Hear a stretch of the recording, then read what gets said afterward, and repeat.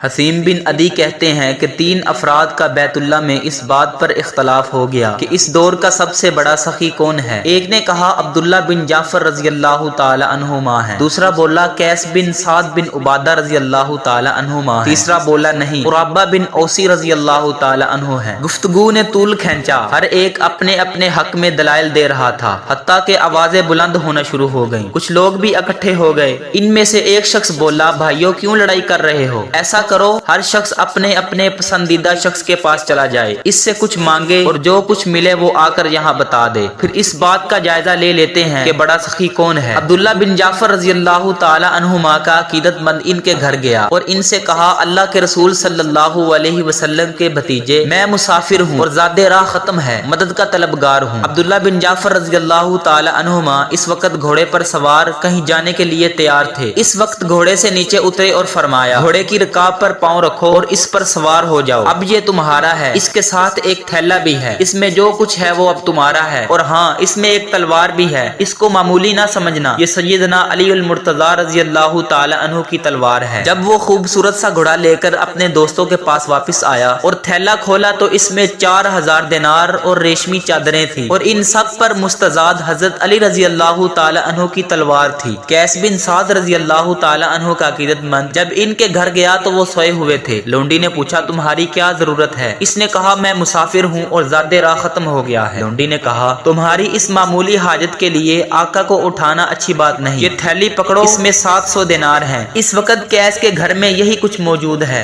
گھر کے ساتھ ہی حویلی میں اونٹ بندھے ہوئے ہیں، اپنی مرضی کا اونٹ پسند کر لو اور ایک غلام کو اپنی خدمت کے لیے لے کر سفر پر روانہ ہو جاؤ۔ تھوڑی دیر بعد قیس رضی اللہ تعالی عنہ بھی اٹھ بیٹھے۔ لونڈی نے ان سے قصہ بیان کیا، کہنے لگے بہتر تھا تم مجھے اٹھا لیتی اور میں خود اس کی حاجت پوری کرتا۔ نہ معلوم جو کچھ تم نے اسے دے دیا ہے اس کی ضرورت کے مطابق ہے یا نہیں، تاہم تم نے جو کچھ اچھا کام کیا ہے اس کے بدلے میں تم کو آزاد کرتا ہوں۔ ادھر عرابہ اوسی رضی اللہ تعالی عنہ کا عقیدت مند بھی ان کے گھر جا پہنچا۔ اس وقت نماز کا ٹائم ہو چکا تھا۔ عرابہ رضی اللہ تعالی عنہ بوڑھے تھے اور نابینا ہو چکے تھے، نماز کے لیے گھر سے نکل رہے تھے۔ 2 غلاموں کے کندھوں پر ہاتھ رکھے ہوئے آہستہ آہستہ چلتے ہوئے مسجد کی طرف رخ کیے ہوئے تھے۔ اس آدمی نے کہا اے عرابہ میری بات سنیں گے؟ عرابہ رضی اللہ تعالی عنہ بولے بولو کیا کہتے ہو؟ کہنے لگا میں مسافر ہوں اور میرا زاد راہ ختم ہو گیا ہے۔ عرابہ رضی اللہ تعالی عنہ نے اپنے دونوں ہاتھ غلاموں کے کندھوں سے ہٹائے اور بائیں ہاتھ کو دائیں ہاتھ پر زور سے مارا اور کہنے لگے عرابہ نے اپنا تمام مال و دولت خرچ کر دیا ہے، مگر یہ 2 غلام باقی ہیں، تم ان دونوں کو لے جاؤ، اب یہ تمہارے ہوئے۔ اس آدمی نے کہا حضرت ایسے کیسے ہو سکتا ہے، آپ خود سخت ضرورت مند ہیں، میں ان کو نہیں لوں گا۔ عرابہ رضی اللہ تعالی عنہ کہنے لگے سنو اب یہ تمہارے ہیں اور اگر تم انہیں نہیں لیتے تو بھی ان کو آزاد کر دوں گا، اگر تم چاہو تو لے لو اور چاہو تو انکار کر دو۔ یہ کہنے کے بعد آگے بڑھے، دیوار کا سہارا لیا اور اسے ٹٹولتے ہوئے مسجد کی طرف چل دیے۔ اس شخص نے ان دونوں غلاموں کو ہمراہ لیا اور اپنے ساتھیوں کے پاس واپس آ گیا۔ تینوں دوست پھر سے اکٹھے ہو گئے، ہر ایک نے اپنے عطیے اور سلوک کا ذکر کیا اور ان تینوں کی تعریف کی کہ بلا شبہ یہ تینوں بہت سخی ہیں اور اللہ کی راہ میں خرچ کرنے والے ہیں۔ اب رہا یہ فیصلہ کہ سب سے بڑا سخی کون ہے، تو فیصلہ عرابہ اوسی رضی اللہ تعالی عنہ کے حق میں ہوا، کیونکہ انہوں نے تنگ دستی کے باوجود جو پایا خرچ کر دیا۔